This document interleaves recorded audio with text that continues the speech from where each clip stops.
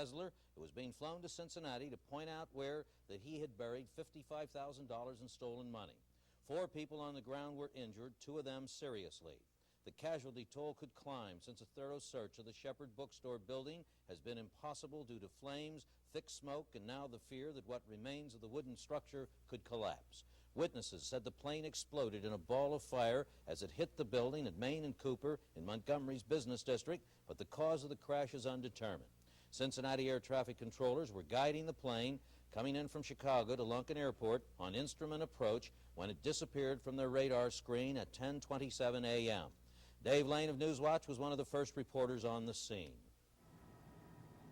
The crash occurred just before 10:30 when Robert Gaines had just begun servicing cars on the lot of Marge's Chevrolet, less than a block from the crash scene. Gaines describes what he saw. I was putting the keys in the cars, and the plane was coming heading east. It was heading east, and the nose was going down, trying to come back up. But what it done, it was trying to come over in this, for us in this parking lot over here for us, keep from hitting them houses over there. And I seen it go down, just heard a boom go up.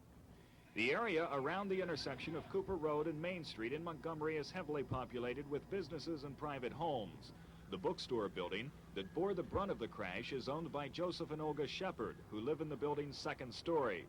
The first witnesses on the scene say they were met with confusion initially. They found injured people inside and outside of the building. We saw approximately 7 or 8 people. There was probably more, but there were 7 or 8 that we could make out. We brought Mrs. Shepherd out around the back, and she said her husband was an invalid. He's up on the 2nd floor, was still in there, and there were several people laying around on the ground.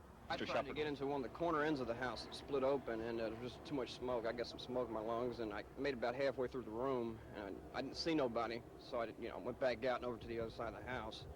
We kicked in a couple of basement windows. There was a woman said there were some people down in the basement. We kicked in some windows, and we couldn't see nobody in the basements either. The fire raced through the large wood-framed building.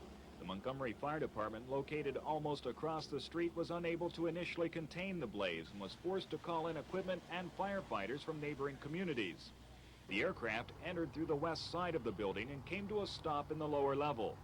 On its descent, the plane sheared off utility poles, trees, and destroyed at least one parked car. They forced the door open and took those people out of the car.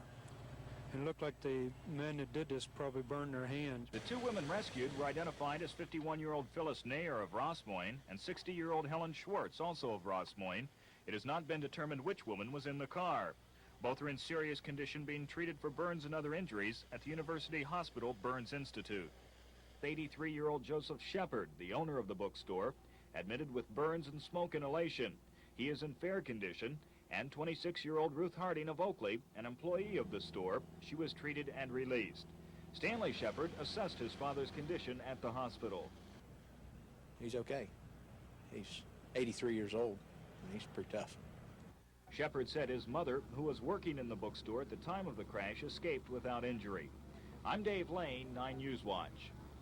John Esther is standing by live at the scene of the crash this morning and is there now to bring us up to date on the situation. John? Okay, thank you very much, Tom. I just talked to Stan Shepherd just a few minutes ago, a very grateful man that his mother and father escaped without serious injury.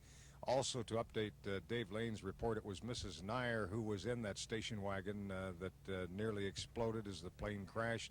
She, we understand, is the mother of 8 children.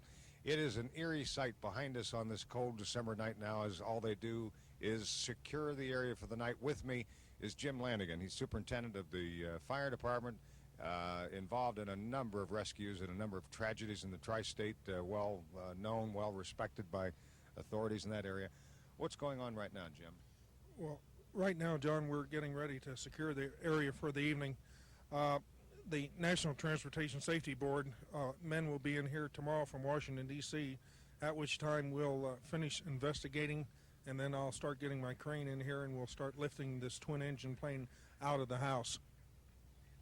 The engine of the, or at least one of the engines of the Cessna actually impacted into the side of a pickup truck or a panel truck that was parked along the street. I guess the driver had just gotten out of that and was walking away. Yes, that was a blue panel truck which was completely flattened and destroyed.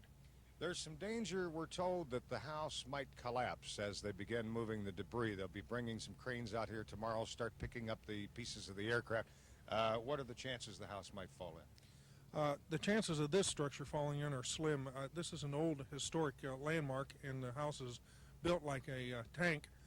There's one section of the house that was knocked a little askew from the foundation, but besides that, the house will stand. I think it would even survive a strong wind. John Esther from the scene in Montgomery. At a news conference this afternoon, Cincinnati FBI agent in charge Alfred Smith unraveled the background of the bizarre tale. Smith said the FBI agents killed on the plane were escorting Carl Henry Johnson, an admitted bank embezzler, to the Cincinnati area to dig up $55,000 he'd buried here. Johnson and an investigator for his Chicago attorney also died in the crash.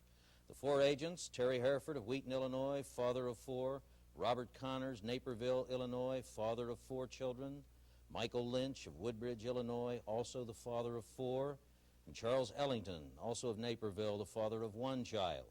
The other two fatalities were Johnson and Patrick Daly, a retired Chicago policeman who worked as an investigator for Johnson's Chicago attorney. Johnson was an assistant comptroller for the National Bank of Albany Park at Chicago when he disappeared with $614,850 in August of '75. He surrendered to the Chicago FBI 2 weeks ago, saying he was tired of running. Consequently, he agreed to return to the FBI a substantial amount of the missing money. On December the 15th, 1982, he was leading the FBI agents to a remote location in the Cincinnati, Ohio area, where he claimed an additional $50,000 had been buried by him. According to Chicago Tribune accounts, Johnson said he'd been living in San Diego for the past 5 years under assumed names.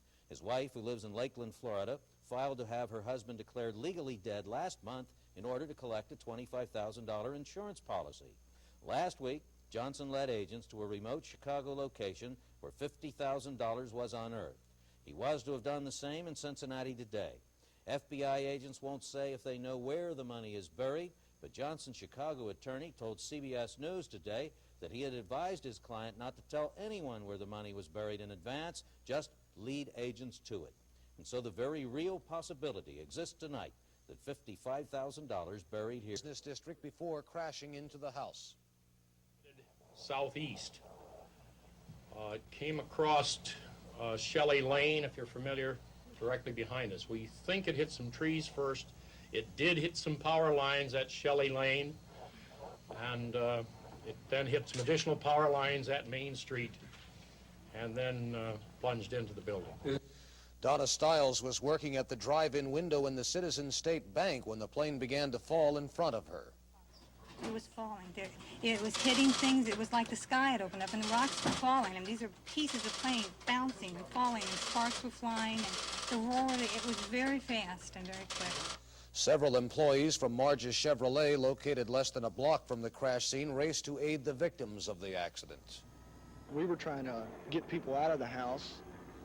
A woman behind the door, and we had knocked the door down. She fell back into the flames, and we pulled her out. We kicked in a couple of basement windows. There was a woman said there were some people down in the basement. We kicked in some windows, and we couldn't see nobody in the basements either.